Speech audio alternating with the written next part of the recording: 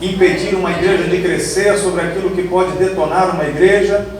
Estamos falando sobre obediência ou rebelião. Nos dá sabedoria, inteligência, graça, força, ânimo. Abre a mente e o coração de cada um de nós. Tira o desânimo, o cansaço, a fadiga do dia a dia, o trabalho. Senhor, se foi um dia difícil, foi um dia de complicação, de aborrecimento, tira também em nome de Jesus. E ministra agora com leveza da alma.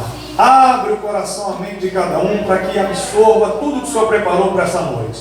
Porque o que será tratado aqui não é coisas de homens, mas palavra de Deus.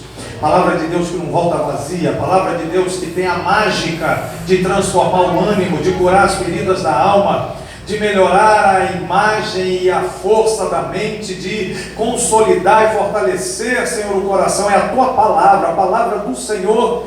Poderosa palavra de Deus seja ministrada ao coração de cada vida agora, no coração de cada vida neste templo, na nossa Igreja Evangélica Assembleia de Deus, Ministério Ebenezer, Congregação Fonte de Águas Vivas, aqui em Rio das Pedras, Jacarepaguá, Rio de Janeiro. Deus, em nome de Jesus, tudo isso para a glória do nome do Senhor. Neutraliza Satanás, os demônios, toda a força contrária. Teu nome glorificado, Jesus, tua igreja abençoada, é o que te pedimos. Quantos dizem amém? Amém.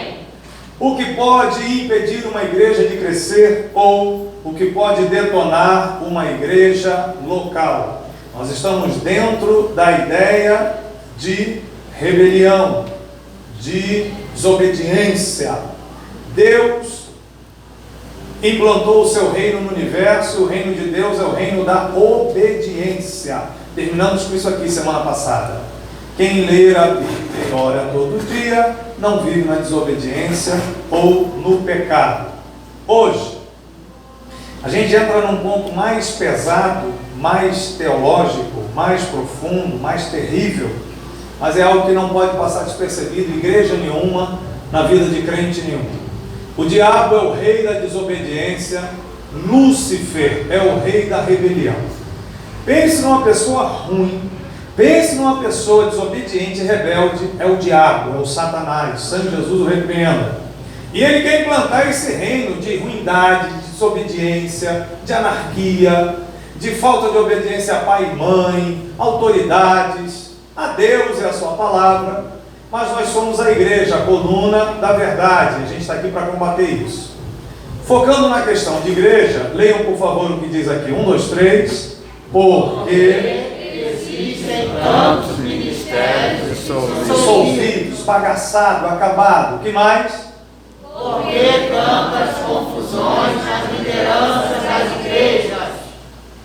Qual é a resposta? Rebelião ou desobediência. Por que as igrejas se dividem? Por que os ministérios se acabam? Por que tem tantas brigas por aí? Porque as pessoas não querem obedecer?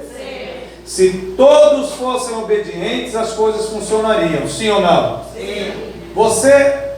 Eu tento pensar aqui, do ponto de vista histórico, qual foi um exército de um país, eu realmente não me lembro, que se acabou? Olha, por exemplo, lá na Bolívia, o país deixou de ter um exército porque os soldados se rebelaram contra os generais e lutaram contra os outros e agora não tem mais força armada na Bolívia, por exemplo. É possível um negócio desse?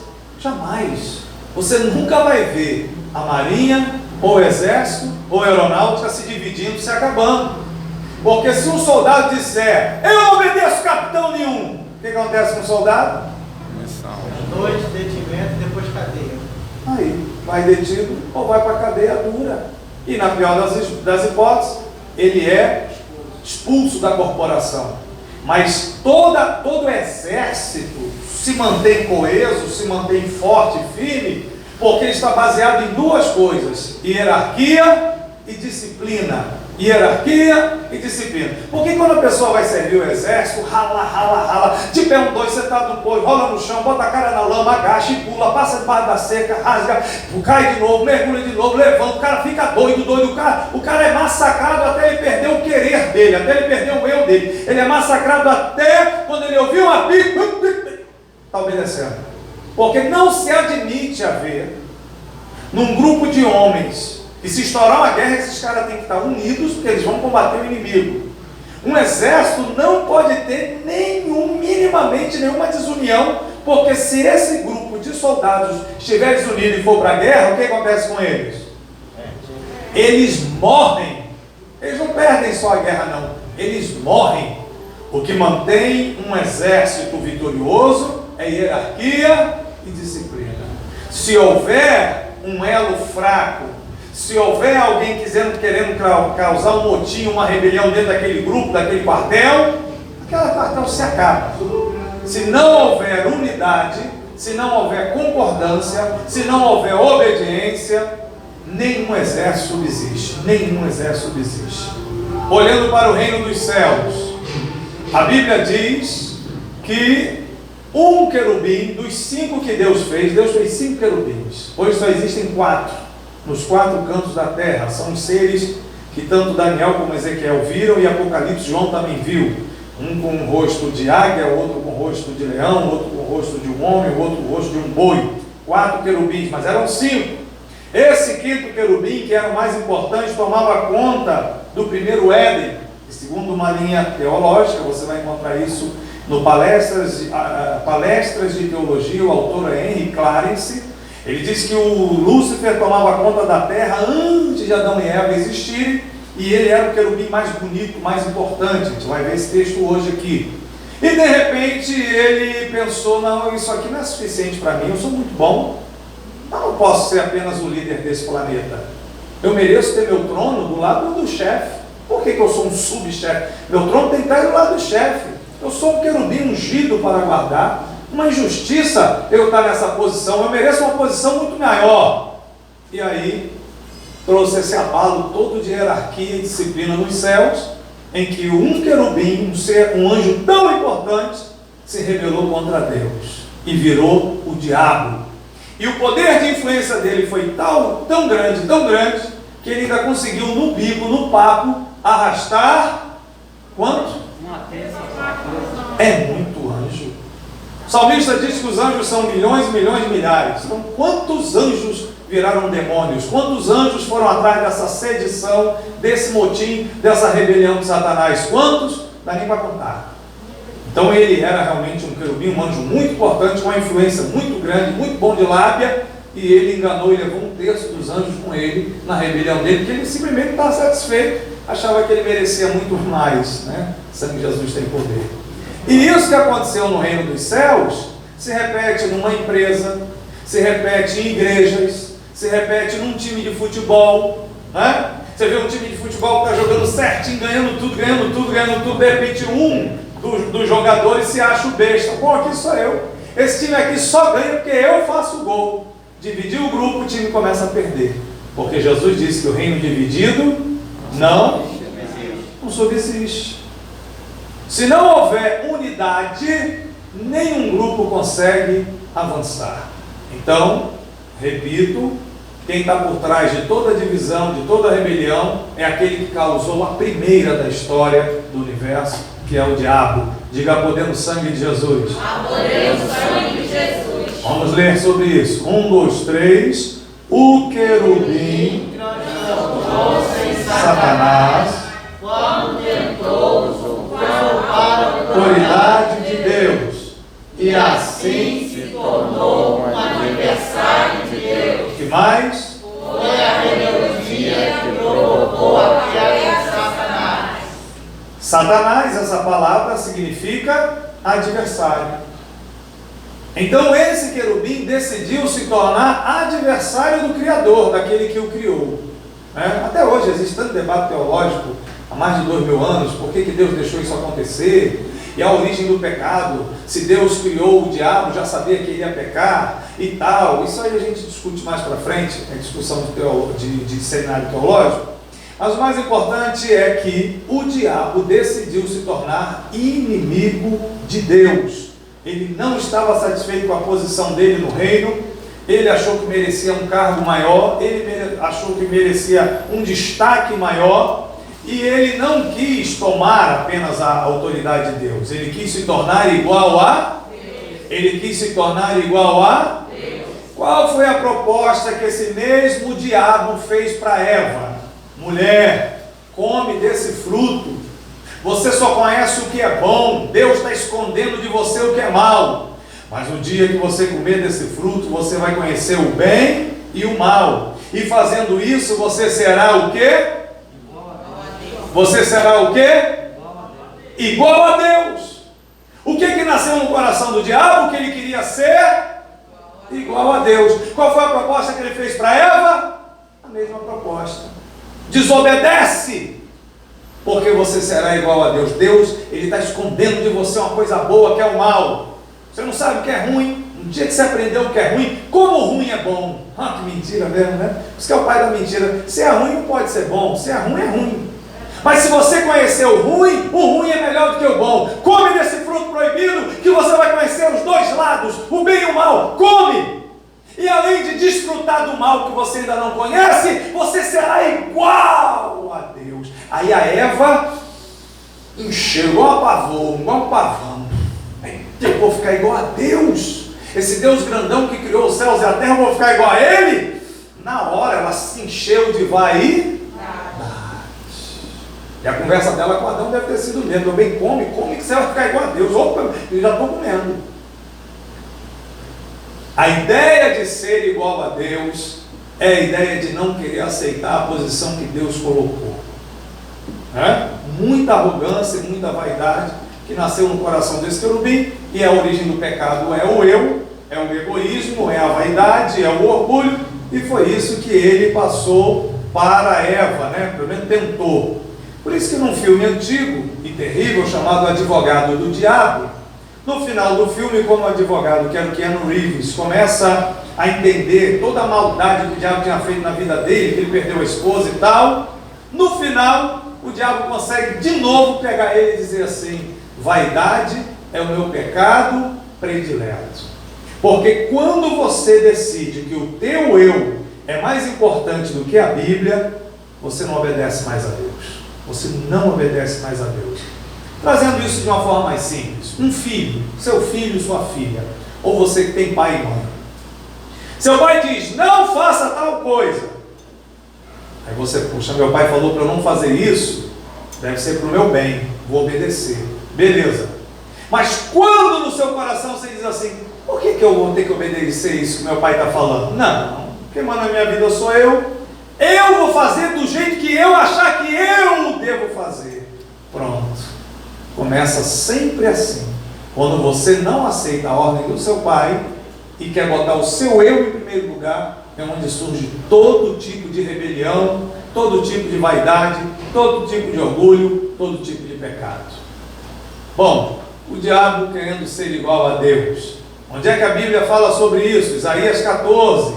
Esse texto, originalmente, esse texto, dentro do contexto da Bíblia, está falando de um rei muito metido à besta, foi quem pensou isso. Só que por inferência, a teologia e os escritores e estudiosos entendem que o rei começou a falar da soberba dele e de repente acabou falando do próprio Satanás. Então a gente vê em Isaías 14 que o pensamento do diabo aqui é o pensamento que estava na cabeça do rei, ou o pensamento que estava na cabeça do rei era o pensamento do diabo. Vamos ler o texto que você vai entender. Isaías 14, 11. O que diz? 1, 2, 3. Já foi derribada no inferno a tua soberba, com o som dos teus alaúdes, os bichinhos debaixo de ti se estenderão e os bichos te cobrirão. Está falando de morte, de sepultura, Você está cheio de marra, mas você vai para o inferno, vai virar bicho. 12. Bom, até aqui está falando do rei. O rei soberbo. A partir do versículo 12, já entra num tom de profecia, já entra num tom de revelação, porque vai falar do céu. Vamos lá? Como caíste do céu, ó estrela da manhã, filha da alva, como foste lançado por terra, tu que debilitavas as nações. Quem foi que caiu do céu? Satanás, o diabo. Jesus não fala disso lá nos evangelhos? Eu vi Satanás cair do céu como um raio. Então aqui está falando do diabo. Versículo 13. A origem. O que aconteceu? Por que o diabo caiu do céu? Por que ele vai ser tão castigado? Vamos entender o sentimento. Leia lá, 1, 2, 3.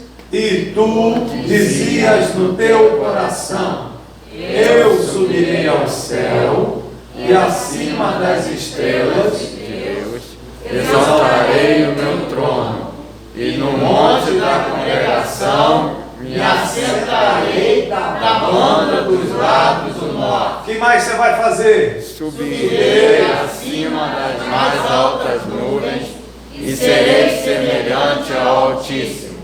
E contudo, levado serás ao inferno, e ao mais profundo do abismo. O que há de comum e interessante em todos os verbos aqui? Todos na primeira pessoa. Eu subirei, eu exaltarei, eu me assentarei, eu subirei. É muito eu, não é? Não é muito eu? Porque todo pecado e desobediência, todo pecado é uma desobediência, e toda desobediência vem quando você coloca o teu eu acima da vontade de Deus. Deus diz, faça. Você diz, eu não faço. Pecado por omissão. Deus diz, não faz. Eu vou fazer. Pecado por ação. Vocês sabem que de vez em quando eu dou um grito assim, que os irmãos estão cansados, né? Hoje foi um dia cansativo, o ar geladinho. Pá! Manto. Pula na cadeira e acorda. Isso. Ô glória. O irmão chega, faz assim. Mistério. Dá um pulo. A Bíblia deixa tão claro, irmãos, tão claro, que tudo que o diabo quis foi promover o seu eu.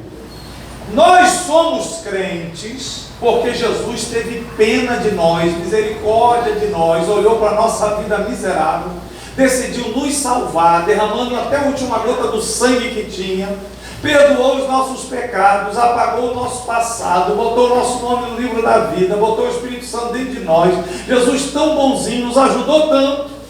Agora Ele nos ensina a palavra dEle. Você vai aprendendo, um ano de crente, 2 anos de crente, 10 anos de crente, 20 anos de crente. Você vai aprendendo. Aí Jesus faz esse trabalho grande na sua vida. Você vai aprendendo. Aí Jesus só quer que você faça o quê? Diante daquilo que você já aprendeu. Ele só quer uma coisa de você, o quê? Obediência. Está pedindo muito? Não. Está pedindo muito? Você merecia ser salvo por Jesus? Não. Você merecia o perdão dos seus pecados? Não. Você merecia ter o Espírito Santo morando dentro de você? Não. Você merecia a promessa de morar num céu depois da morte? Não. Você merecia estar aqui essa noite? Não. Nenhum de nós merecíamos. Então é justo que a gente obedeça a palavra de Deus, sim ou não? Sim. E quando a gente não obedece, não é um pecado terrível? Só que o diabo nunca pensou nisso. Primeiro eu, segundo eu, terceiro eu, quarto eu, quem manda na minha vida sou eu. E Deus? Deus que se vire para lá. A sociedade hoje, seus parentes que ainda não são crentes, seus pais que não são crentes, seus irmãos não são crentes, as pessoas que você conhece que não são crentes, as pessoas com as quais você convive não são crentes. A pessoa está fumando um cigarro de maconha, lá doidão, naquela maluquice lá da maconha, ela está preocupada se Deus está satisfeito, se Deus está triste com ela, sim ou não? A pessoa que vive na prática do pecado sexual, cada noite sai com uma pessoa diferente, essa pessoa está preocupada com a questão do adultério ou da fornicação, sim ou não? Ela está preocupada com o que a Bíblia fala sobre isso, sim ou não? A pessoa que dá volta nos outros, pede dinheiro emprestado, me presta 10 mil, mas sabe que vai embora para o norte e vai sumir com aquele dinheiro, mas pede para dar volta, gosta de dar pernada nos outros. Esse infeliz desse trapaceiro, ele está muito preocupado que Deus está triste, que ele está passando a perna nos outros, sim ou não? Qualquer pessoa que vive na prática do pecado, enquanto ela está ali no prazer do pecado, ela está preocupada com a opinião de Deus sobre aquilo, sim ou não? Não. Agora aparece um câncer, o carro bate e vira, fica aleijado, acontece um assalto. Aí o que esse infeliz dessa pessoa que só quer desobedecer a Deus, a palavra dele, o que esse infeliz desse pecador vai dizer? Hã? Por que Deus não me ajuda?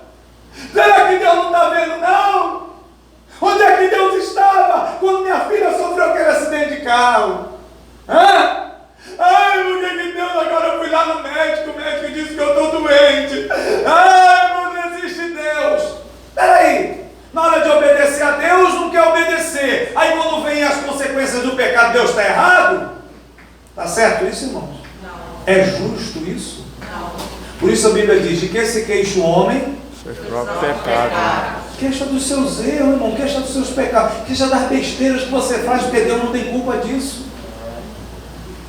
Agora, na hora de obedecer, é a mesma relação de pai para filho. Meu filho, não pegue isso aí que a pimenta vai arder sua boca. A criança espera você vir as costas e enfia a pimenta na boca. Arda, mas arda até chorar até o outro dia agora. Eu mandei não comer, é assim ou não é? Agora assuma as consequências. Para que botou na boca? Todo pecado nasce de uma desobediência. Não faça. Você diz: vou fazer. Ok, Deus te deu livre-arbítrio, a gente já estudou isso 2 quartas seguidas. Agora as consequências também serão suas. Vamos ler aqui, 1, 2, 3. O eu é igual a não obedecer. Não obedecer o quê? A Bíblia, aos pais, aos pastores, às leis, às autoridades. Fica igual a quem? Fica igual a quem? Lúcio. Diga: sangue de Jesus tem poder. Jesus tem poder, né? Essa é a sequência lógica. E quando a pessoa conhece a palavra de Deus e começa a não querer obedecer a palavra de Deus, o próximo passo é não obedecer os seus pais, não importa se já são velhinhos. Se não obedece pai, vai obedecer pastor? Não. Se não obedece a Bíblia, aos pais e o pastor, vai obedecer às leis? Não. Vai obedecer a professor dentro de sala de aula? Não. Vai obedecer a policiais? Não. As leis de um país? Não. Não. Aí entra pelo caminho total da rebelião, o caminho do Lúcifer. O reino de Deus está baseado na obediência. O reino da desobediência é o reino do diabo. Precisamos aprender a obedecer. Quando eu e você sabemos o que é certo e escolhemos fazer o errado, a gente não está seguindo o caminho de Deus, a gente está seguindo o caminho do diabo. Um exemplo humano agora: Saul. Por que o pecado de Davi parece ser pior do que o de Saul? Já falei isso aqui, mas hoje a gente vai mastigar. Quando você olha para os 2 reis de Israel, qual foi o primeiro rei de Israel? O primeiro rei, quem foi? Saul. E Deus, muito chateado, permitiu, porque Deus queria ser o rei de Israel. Mas as outras nações da terra, todas tinham seus reis. Aí eles choraram para Samuel: o profeta Samuel, todo mundo tem rei menos nós. Deus ficou muito triste, chateado. Mas tá bom, então vou dar um rei para vocês. Escolheu esse Saul, um homem alto, bonitão, guerreiro, cheio de Espírito Santo. Parecia que ia dar tudo certo. Saul cometeu um pecado gravíssimo que a gente vai ver. O pecado de Saul foi tão grave que Deus substituiu ele e botou Davi no lugar dele. Só que quando vem Davi, comete um pecado aparentemente pior do que o pecado do Saul. Tem uma cigarra solta voando aí dentro. Será que é esse aqui que está ligado? Som. Vamos trocar? Som. Não, alguma coisa aqui no retorno. Qual foi o pecado de Davi? Pecado sexual. Ele tinha que ter ido para a guerra, não foi, ficou na varanda do terraço do palácio, viu uma mulher tomar banho, mandou chamar a mulher, porque ele era o rei, quem mandava era ele. Ficou bom demais agora. Quem mandava era ele. Disseram para ele: essa mulher casada com um soldado teu, Urias, um soldado de confiança, não quero saber quem manda aqui, sou eu. Manda a mulher subir. Teve relação sexual de adultério com aquela mulher, mandou embora. 3 meses depois, a notícia que a mulher estava grávida. Ele mandou o marido ir para a casa dele, lá para o palácio, encheu ele de vinho, embebedou Urias, para o Urias pensar que o filho era dele, né? De 7 meses, sei lá. Urias, soldado fiel, não dormiu em casa, passou aquela noite deitado na porta de casa, mas não entrou. Aí disseram: rei, o soldado não dormiu em casa não, então bota ele para morrer, ele vai ficar na frente da batalha. Quando vocês estiverem embaixo das torres, no alcance das flechas, dos flecheiros, solta o Urias lá que eu quero ele morto. Como é que é, rei? É isso mesmo. E o pobrezinho foi para a guerra, tomou um monte de flechada e morreu. Aí o Davi disse: agora traz a mulher dele viúva para cá, que vai ser minha esposa, que o filho que está na barriga dela é meu filho. E ele fez isso tudo achando que Deus era um otário, que Deus não estava vendo nada, que Deus era trouxa, ninguém sabe, ninguém viu. Ele é o rei. E o neném nasceu, ele se apessoou, a criança gostou do menino, até que o profeta Natan, muito corajoso, entrou no palácio, meteu o dedo na cara do Davi e disse: você fez assim, assim, assim, assim, assim. E a casa caiu, um escândalo. Foi para o Instagram, foi para o Facebook, foi para o Twitter, explodiu nas mídias sociais em Israel. Foi uma vergonha no mundo daquela época. Imagina a vergonha, o rei, olha o que o rei fez. Ele passou, aí eram as punições, consequência do pecado, terrível, né? A espada nunca mais saiu da casa dele.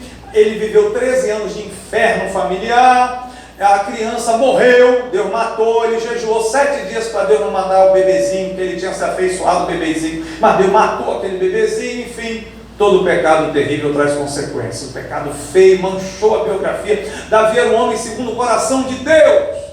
Tem especialistas que dizem, irmãos, que Davi era tão íntimo de Deus, que se ele não tivesse feito essa besteira, ele podia ter sido até arrebatado como foi o profeta Elias.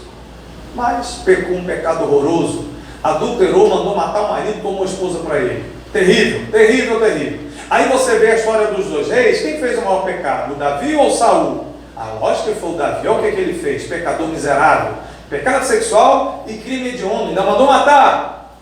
Agora, olhando o pecado de Saul, a gente vai ver que para Deus, pecado é pecado, ok? O de Davi foi sujo, foi terrível e ele teve consequências terríveis. Só que do ponto de vista espiritual, o pecado de Saul foi muito pior do que o de Davi. Por quê? Porque Saul pecou na obediência à hierarquia. Existem pecados sexuais e existem pecados espirituais. O pecado de Saul foi o pecado espiritual. Vamos ver isso. Eu vou lendo aqui rapidinho. 1 Samuel 13:8. E esperou quantos dias? 7 dias. Até o tempo que Samuel determinara. Não vindo, porém, Samuel a Gilgal, o povo se espalhava dele. Bom, o que está dizendo aqui? Saul está com o exército dele, tem uma montanha, tem um vale, lá embaixo estão os filisteus, os inimigos. Já tem uma guerra de Israel contra os filisteus. O nome local é Gilgal. Ali está Saul com os soldados. Só que Saul não podia dizer: vamos agarrar, vamos atacar, vamos para a guerra. Ele não podia fazer isso enquanto o profeta Samuel não chegasse, pegasse o bezerrinho, amarrasse o bichinho, botasse no altar, cortasse, sangrasse ele na faca, botasse fogo. Só depois do sacrifício a Deus é que Saul podia sair para a guerra. Então precisava primeiro daquela parte espiritual, daquele culto acontecer. Aí Saul está ali preso. Eu não posso ir para a guerra, eu não posso guerrear, porque o profeta não chegou ainda para fazer o sacrifício. Quantos dias, Saul, que o profeta disse que ia chegar? 7 dias. Rapaz, já tem 7 dias, o homem não chega. Aí o Saul está ali preocupado, está tenso, e o versículo anterior, os versículos 7 anteriores ainda dizem que aquela tensão, você imagina, você está aqui com a espada e um escudo ali, e o inimigo do lado de lá te olhando, e tu olhando para o inimigo, e passa um dia, 3 dias, 7 dias. Tem homem que não aguenta isso não, irmão. O camarada afrouxa. Eu vou embora, eu vou ficar nessa guerra nada. O que eu vim fazer aqui? Então Saul começou a ver alguns soldados caindo fora, perdendo o contingente de guerra. E aí ele, lógico, um general de guerra, falou: rapaz, meu exército está enfraquecendo, está temendo, está tremendo, eu estou perdendo soldado, eu não vou legal para essa guerra, eu vou morrer, eu vou perder essa guerra, rapaz, o pessoal já está com medo. Cadê? Samuel! Chegou ainda não, chefe? Ah, é? Então disse Saul. O que ele disse? Um holocausto, um bezerro para fazer o holocausto e ofertas. E o que o trouxa fez? Ofereceu o holocausto. Dentro de todo o esquema de culto a Deus naquela época em Israel, só existia um homem na terra que podia fazer o trabalho de botar o bezerro ali, rasgar ele na faca, sangrar, botar a lenha e tocar fogo. Só ele e, claro, a tribo de Levi. Que homem era esse? O sacerdote. Quem era esse homem naquela época? O mais importante deles? Samuel. Samuel tinha autorização de Deus para sacrificar animais. O rei de Israel, o rei, tinha autoridade de Deus para isso, sim ou não? Não. Tinha autorização espiritual para isso, sim ou não? Não. Saul foi ungido para ser rei. De quebra, Deus ainda deu a ele o ministério de profeta também, que ele profetizou na escola dos profetas, e como rei ele também julgava o povo. Faça isso, não faça aquilo, ditava algumas leis. Então Saul era rei, profeta e juiz. Mas ele não era sacerdote. Já o Samuel, que foi o homem que levantou o Saul para ser rei, ele também tinha 3 atribuições. Ele era profeta, ele era sacerdote, e antes do Saul ser o rei, quem é que julgava Israel? Qual foi o último grande juiz de Israel? Esse mesmo Samuel. Então ele também era juiz, ele era profeta, ele era sacerdote. Só um homem na terra seria as 4 coisas de uma vez só: profeta, sacerdote, rei e juiz. Só um homem na nação de Israel teria o poder quádruplo, o poder completo, e quem tivesse esse ministério completo seria chamado de o Messias. Em hebraico, Machia, em grego, Christus. Cristo. Por que Jesus é chamado de Jesus Cristo? Que a mãe dele era Maria Cristo, casou com José Cristo, aí nasceu Jesus Cristo, não é assim? Não. É assim? Não é sobrenome não? Não, irmão. Por que Jesus é o Cristo? Porque ele é o único homem nascido em Israel que é profeta, sacerdote, rei e juiz. Ele veio há 2000 anos como profeta, ele cura um paralítico, o povo diz: nunca se viu um profeta em Israel. Ele morre, ressuscita e está sentado à direita de Deus Pai, fazendo o que por nós? Intercedendo, sacerdote segundo a ordem de Melquisedeque. Daqui a pouco ele arrebata a igreja, 7 anos depois vem, mata o anticristo, vem na terra ser o rei dos reis, na terra pessoalmente, 1000 anos de paz. Ele será o quê? O grande rei da terra por 1000 anos. Acabou o milênio, solta o diabo, nações se levantam, tem uma última guerra, Jesus sobe ao céu, se assenta num trono branco para ser o quê? O juiz dos vivos e dos... Então qual é o trabalho de Jesus como homem, como Messias? Ele foi profeta, ele é sacerdote, ele será rei e será o juiz, e acabou-se a história, essa história que conhecemos, aí depois novos céus e novas terras. Quando Saul manda buscar o bezerro para fazer a besteira, a loucura de meter o bezerro